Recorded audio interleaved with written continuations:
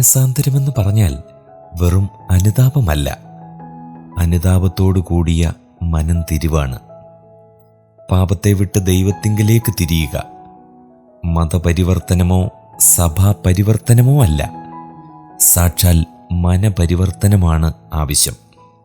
അറിയായ്മയുടെ കാലങ്ങളെ ദൈവം ലക്ഷ്യമാക്കാതെ ഇപ്പോൾ എല്ലായിടത്തും എല്ലാവരും മാനസാന്തരപ്പെടണമെന്ന് മനുഷ്യരോട് കൽപ്പിക്കുന്നു. ദൈവത്തിങ്കലേക്ക് മാനസാന്തരവും യേശുക്രിസ്തുവിലുള്ള വിശ്വാസവും രക്ഷയ്ക്ക് വളരെ അത്യാവശ്യമാണ്.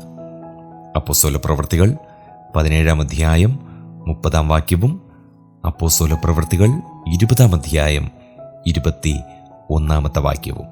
പാപത്തെക്കുറിച്ചുള്ള അനുതാപവും പാപത്തോടുള്ള വെറുപ്പും മാനസാന്തരത്തിൽ അടങ്ങിയിരിക്കുന്നു.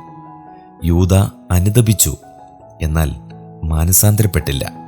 പത്രോസ് അനുതപിക്കുകയും മാനസാന്തരപ്പെടുകയും ചെയ്തു. ഒരുവനിൽ പാപബോധമുളവായി കഴിയുമ്പോൾ മാനസാന്തരം നടക്കുന്നു. രക്ഷ പ്രാപിക്കാൻ എന്ത് ചെയ്യണമെന്ന് ആ കാരാഗ്രഹ പ്രമാണി ചോദിച്ചപ്പോൾ കർത്താവായ യേശുവിൽ വിശ്വസിക്കുക എന്നതായിരുന്നു പൗലോസിൻ്റെ മറുപടി. അപ്പോസ്തലപ്രവൃത്തികൾ 16-ാം അധ്യായം 30-31 വാക്യങ്ങൾ.